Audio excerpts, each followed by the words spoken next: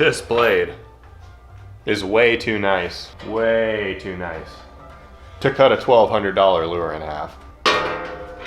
I've decided to go with a 16 tooth per inch blade. We got to 10,000 likes in less than 15 hours. So I kind of undershot the whole give me a bunch of likes and I'll cut this bait in half thing. Whoops. I'm prepared to have all sorts of troubles with this too. I'm gonna do the cleanest work I possibly can, but when it comes to this hardware, these wires, that's some extra thick wireage. There could be chunks of steel in the middle of this body for all I know. Sparks flying everywhere. This could destroy my bandsaw. I don't know. A meteorite could come through this window and be made of solid gold and I'm rich and I don't have to do this anymore. Just kidding. So yeah, maybe get this video to 20,000 likes for no reason. That'd be cool, since you guys are so capable. So after I do what I'm about to do, there's no going back after this. But I don't have a choice, there's nothing to deliberate. You guys have already decided the fate of this lure for me, so. It's not easy to do. I'm gonna start with the belly. We're gonna expose the lead holes so I can see when I'm about to run into them. So I'm gonna sand off all the clear coat, get down to the wood. But after doing that, that will also expose another important thing. You see that line back there at the back of the tail fin slot? That tells me that this was 2 pieces of wood glued together, which gives me a perfect center line all around the bait. Hopefully the front piece is the same. Okay. Yeah, it's not that bad.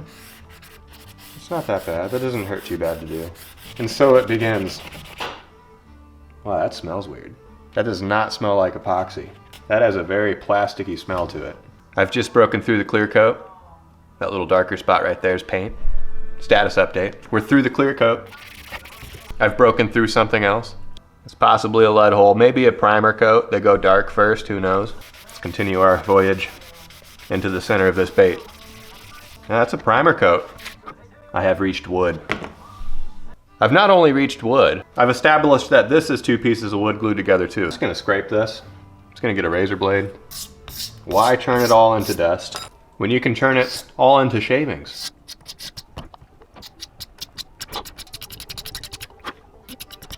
It's better than a scratch-off ticket, but you're guaranteed to not win anything. Wood plugs, man. They put the lead in there and then they plug it. That is a lot less lead than I thought was in this bait.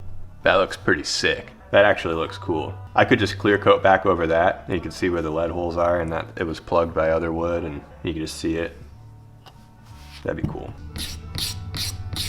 It smells like a lot of solvents were used with this clear coat. So maybe they just sprayed a dark color down first. You can kind of tell that before it turns into the wood, there's a darker color down, and then they sprayed the white over that, which displays a very good understanding of what makes things look natural. You know, that darker strip right there is a good transition. There they all are, fellas. In front of and behind the front hook hanger. One more before the joint, one more right after the joint, and of course one more in the back. I'm gonna cut this bait on the bandsaw and have it on its back. I'm gonna start at the lips, at the tail slot, follow the line, but when I get to the hardware, there might be some finagling going on. We might have some issues. I have no clue if this twist wire is kind of leaning one way or the other. I might have to back out, restart, and cut the other side. And when I get to the hardware, I'm gonna try to stay to the right of the line. This is nerve-wracking. Fire it up and just not think about this too much. Should I protect the back while I cut this? No, I'm cutting it open, it doesn't matter.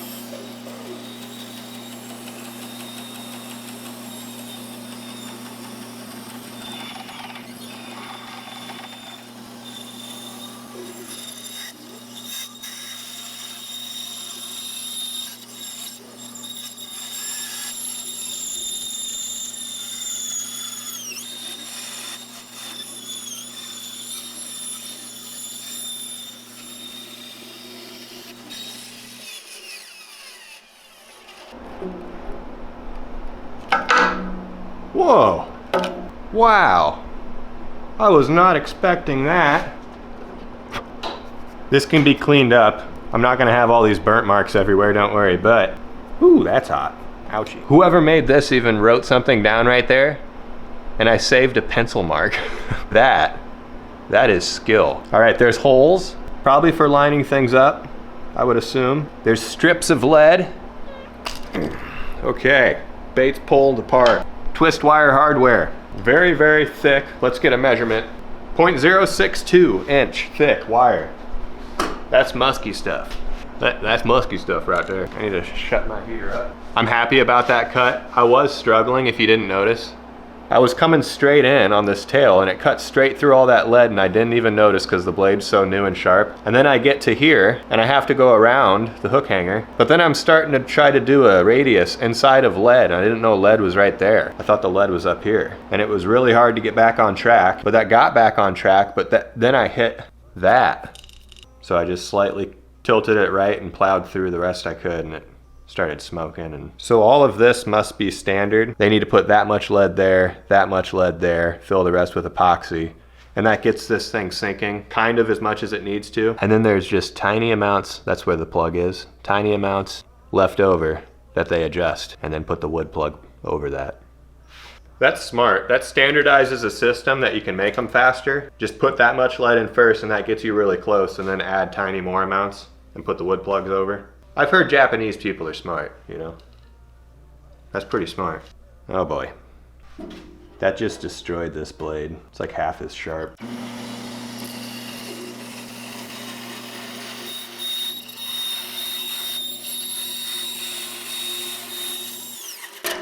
By the way, the wood smells good. It smells like cedar. It probably smells really good when there's no smoke.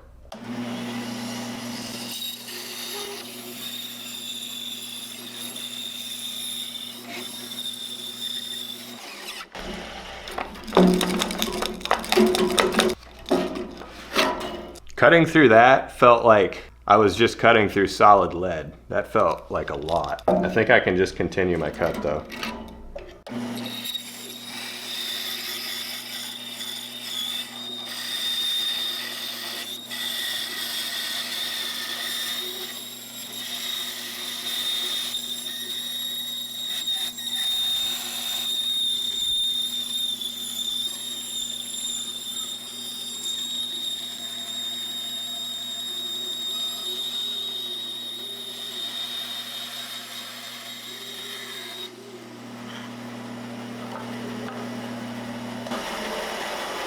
That is a lot, dude. There's some stuff going on in there. Let me sand these, get this cleaned up, and you'll see a nice perfect display of what's going on.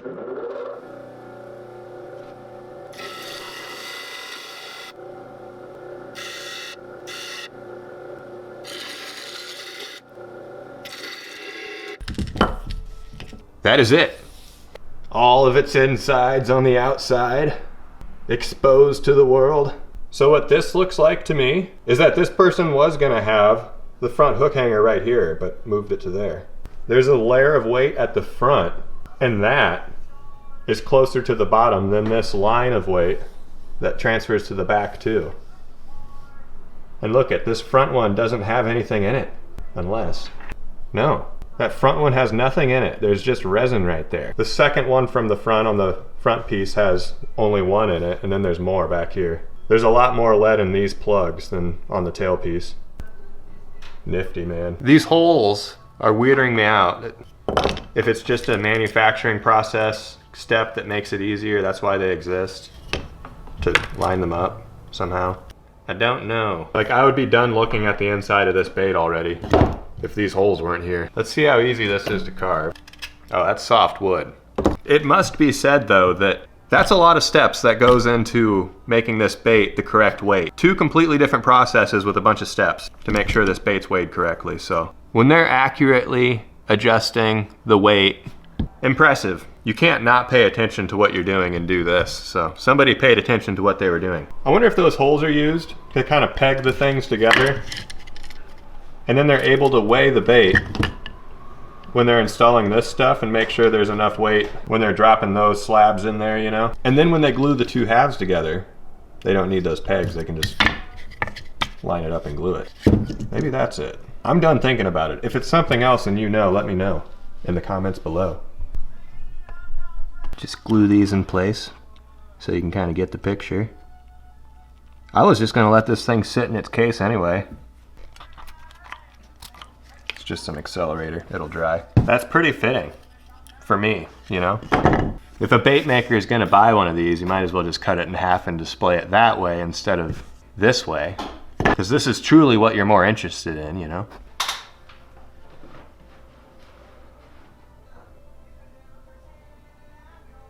Still a proud owner.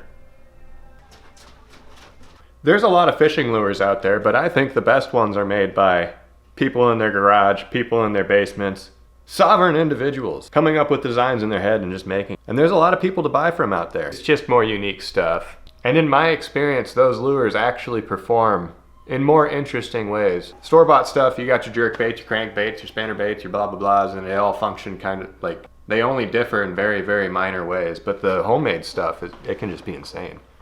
Like corn cob lures, or giant, knock your grandma out, crazy wooden giant rats, you know? Why am I saying that? Lure reviews. Leave in the comments. What lures should I review? It'll help some builders out there get more well known, and I can also buy their baits. I need more baits in here. Speaking of that, on to the next bait. There's no going back after this. Oh, that smells weird. All right, there's holes. I was not expecting that. Impressive. There might be some finagling going on. Give me a bunch of likes.